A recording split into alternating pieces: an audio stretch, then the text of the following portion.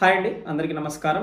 Krishnalanka rowdy sheeter Sai Krishna missing విషయమై ఆయన తల్లి విజయలక్ష్మి గారు ఇచ్చినటువంటి ఫిర్యాదుతో సిఐ నాగరాజు పైన హత్యాయత్నం మరియు అక్రమ నిర్బంధం ఈ రెండు విషయాలకు సంబంధించి ఏ సెక్షన్స్ అప్లై అవుతాయో ఆ సెక్షన్స్ కింద కేసు నమోదు చేయడం జరిగింది. ఆ తర్వాత జరిగినటువంటి పరిణామాలు అందరికీ తెలిసినవే.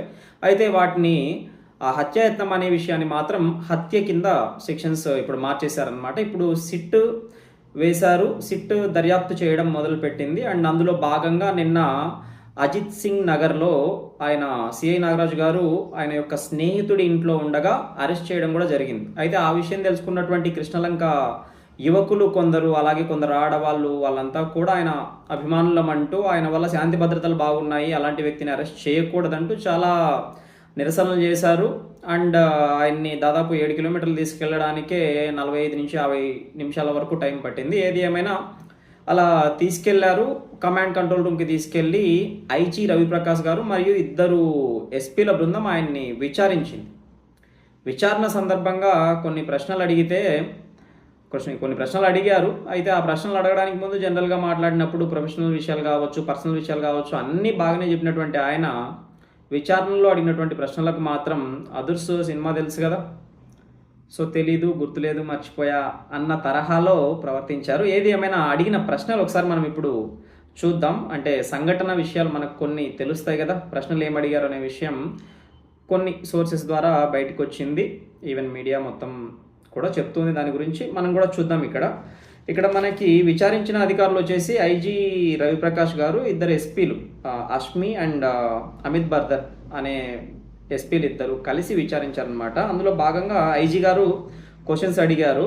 అందులో మొదటి క్వశ్చన్ వచ్చేసి సాయి కృష్ణ అనే వ్యక్తిని మార్కాపురం నుంచి తీసుకొచ్చారనమాట. అయితే తీసుకొచ్చింది వీళ్ళు కాదు, టాస్క్ ఫోర్స్ వాళ్ళు. సో దానికి సంబంధించి అడిగారు, సాయి కృష్ణను మార్కాపురం నుంచి ఎందుకు తీసుకొచ్చారు, ఆ తీసుకొచ్చినటువంటి బృందం మీకు అప్పగించి అక్నాలెడ్జ్మెంట్ కూడా తీసుకుంది కదా, ఇదన్నమాట మొదటి ప్రశ్న.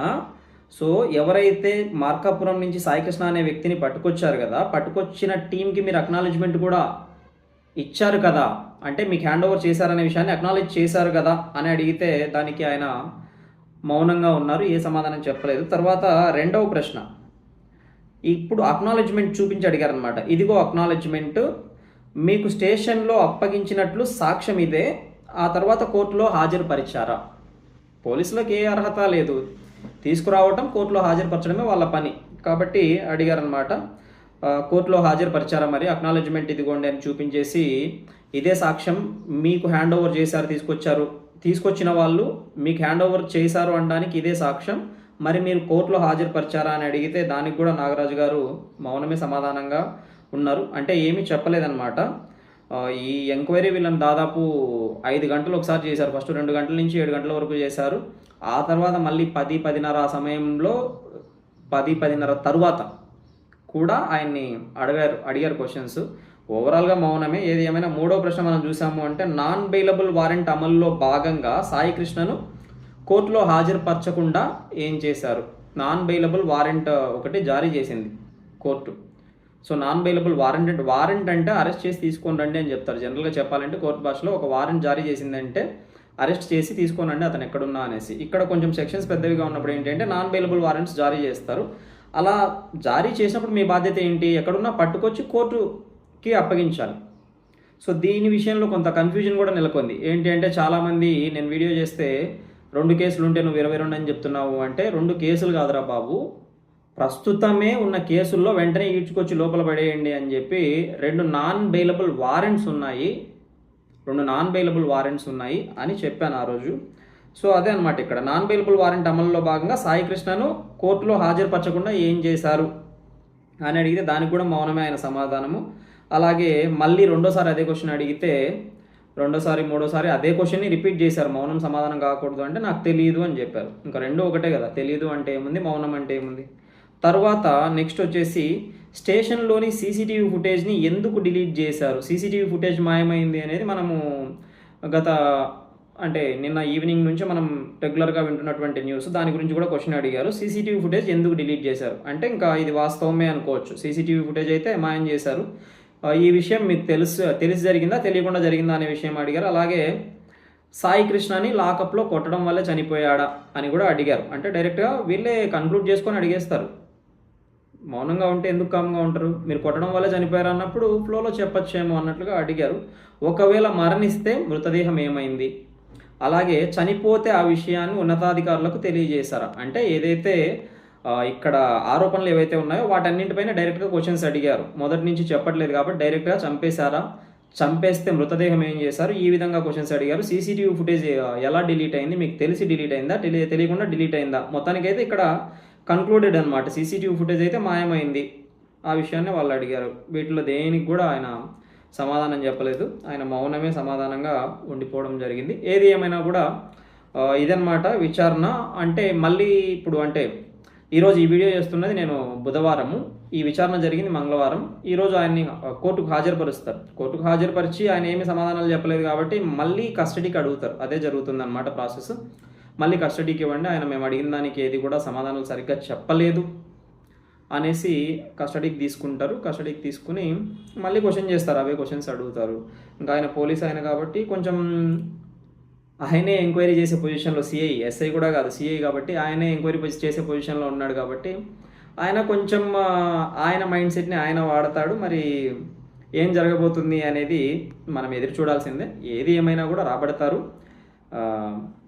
ఈ స్థాయిలోకి వెళ్ళిపోయి ఒక ఐజీ స్థాయి వ్యక్తితో విచారణ జరిపిస్తూ ఒక సిట్టు వేసి అందులో ఎస్పీల్ని భాగం చేసి ఇవన్నీ జరుగుతూ ఉన్నప్పుడు ఇన్ఫర్మేషన్ రాబట్టకుండా ఏమీ ఉండరు. ఇన్ఫర్మేషన్ అయితే రాబడతారు. ఏది ఏమైనా పోలీసులు దయచేసి మీకు విన్నపం ఏంటి అంటే, మీకు ఇచ్చినటువంటి అధికారం అనేది కోర్టులో ప్రొడ్యూస్ చేయడం వరకు మాత్రమే మీకు అధికారం. ఈ మధ్యన ఇంకా సివిల్ పంచాయతీల విషయంలో అయితే చాలామంది పోలీసులు చేసినటువంటి అక్రమాల వల్ల సివిల్ విషయాన్ని పూర్తిగా కోర్టు హ్యాండ్ ఓవర్ చేసేసుకుందని చెప్పొచ్చు. సివిల్ విషయాల్లో అసలు తల దూర్చొద్దు. ఈవెన్ ఇప్పుడు వచ్చిన చట్టాల ప్రకారం పోలీసులు కూడా చాలా వరకు జాగ్రత్తగా ఉంటున్నారు. సివిల్ విషయాలంటే మాకు వద్దు తల్లి, వెళ్ళిపోండి, వెళ్ళి మీరు కోర్టులో తెలుసుకోండి, మాకు సంబంధం లేని విషయం అని చెప్తున్నారు. ఏదేమైనా కూడా పోలీసులు తమ పరిధి ఏంటి, తాము ప్రజల జీతంతో ప్రజల డబ్బుతో జీతాలు తీసుకుంటూ ఉన్నారు. ప్రజల యొక్క శాంతి భద్రతల్ని పరిరక్షించడం వాళ్ళ బాధ్యత. అండ్ వాళ్ళ యొక్క పరిధి దాటి కొన్ని సందర్భాల్లో ప్రవర్తించినా కూడా ప్రజల నుంచి మెప్పే వస్తుంది. ఆ మధ్యన ఒక గంజాయి బ్యాచ్ వాళ్ళని నడి రోడ్లో వాళ్ళ కాళ్ళు అదిమి పట్టేసి కొట్టారు. అప్పుడు కూడా ప్రజల నుంచి మద్దతు వచ్చింది. అంటే కొంతవరకు మద్దతు ఉంటుంది. ఇతనిపైన ఉన్న కేసులు కూడా దారుణమైనటువంటి కేసులే, మామూలు కేసులు కాదు అవి. అయినప్పటికీ కూడా మనిషిని చంపడము అన్నప్పుడు కొందరు ప్రజల నుంచి ఆటోమేటిక్గా వ్యతిరేకత వస్తుంది. ఇక్కడ అతనికి మద్దతు అని చెప్పడం కంటే, అంటే నేరాలు చేసిన వాడికి మద్దతు అని చెప్పడం కంటే, పోలీసులు ఈ విధంగా చట్టాన్ని చేతిలోకి తీసుకోవడం మొదలైతే రేపు మంచివాడి విషయంలో కూడా వీళ్ళకు నచ్చినట్లు ప్రవర్తిస్తారు కదా అనే ఒక ఆలోచన ఏదైతే ఉంటుందో దాని నుంచి ఇక్కడ పోలీసుల మీద వ్యతిరేకత మొదలవుతుందన్నమాట. అతన్ని చంపడం అనే విషయం పెద్దగా ఎవరు పట్టించుకోరు. ఎందుకంటే ఆయన పైన ఉన్న అఫెన్సెస్ 5 మంది దాదాపు, అంటే 4 ఫ్రెండ్స్ ఇతను కలిసి ఒక 15 ఏళ్ళ అమ్మాయి పైన అత్యాచారం చేసినట్లుగా పోక్సో అఫెన్స్ ఒకటి ఉంది. రీసెంట్గానే మర్డర్ ఒకటి, నవీన్ రెడ్డి అనే స్నేహితుడినే ఘోరంగా పొడిచి చంపడమే కాకుండా ఇన్స్టాగ్రామ్లో పోస్ట్ కూడా పెట్టాడనే అఫెన్స్ కూడా ఉంది. కాబట్టి అతని విషయంలో కాకపోయినా ఇన్ జనరల్ థింక్ చేస్తారు పబ్లిక్ ఖచ్చితంగా. వీళ్ళు ఇలా చేతుల్లోకి చట్టాన్ని తీసుకుంటే రేపు ఒక సామాన్యుని సైతం తీసుకెళ్ళి వాళ్ళు ఇష్టం వచ్చినట్లు చేసి ఏదో ఒకటి నేరం ఒప్పించడమో లేదంటే డబ్బులు డిమాండ్ చేయడమో చేస్తారు. వ్యవస్థను ఎక్కడికి తీసుకెళ్తున్నారు? రాజ్యాంగబద్ధమైనటువంటి ఒక ఇదిలో ఉన్నప్పుడు రాజ్యాంగానికి సామాన్యులే కాదు పోలీసులైనా ఎవరైనా సరే రాజ్యాంగానికి సమాధానం చెప్పాల్సిన అవసరం ఉంటుంది. అలాగే భారతీయ శిక్షాస్మృతి, భారత న్యాయ సంహిత అని మధ్యన పేరు మార్చారు. ఐపీసీ, ఇండియన్ పీనల్ కోడ్ అని ఉండేది, ఆ పేరు తీసి పక్కన పడేసి బిఎన్ఎస్గా మార్చారు, భారతీయ న్యాయ సంహిత అని. సో దానికి అందరం సమాధానం చెప్పాల్సిన అవసరం ఉంటుంది. పోలీసులు కూడా దయచేసి మీ పరిధిలో మాత్రమే వ్యవహరించండి. కోర్టుకు తీసుకెళ్ళండి. వాళ్ళపైన ఉన్న ఆరోపణల ప్రకారం కోర్టులు శిక్ష వేస్తాయి. ఓకే, ఎనీహౌ మరిన్ని అప్డేట్స్ కోసం ఈ వీడియోకి లైక్ చేసి మా ఛానల్కి సబ్స్క్రైబ్ చేసుకోండి. Thanks for watching.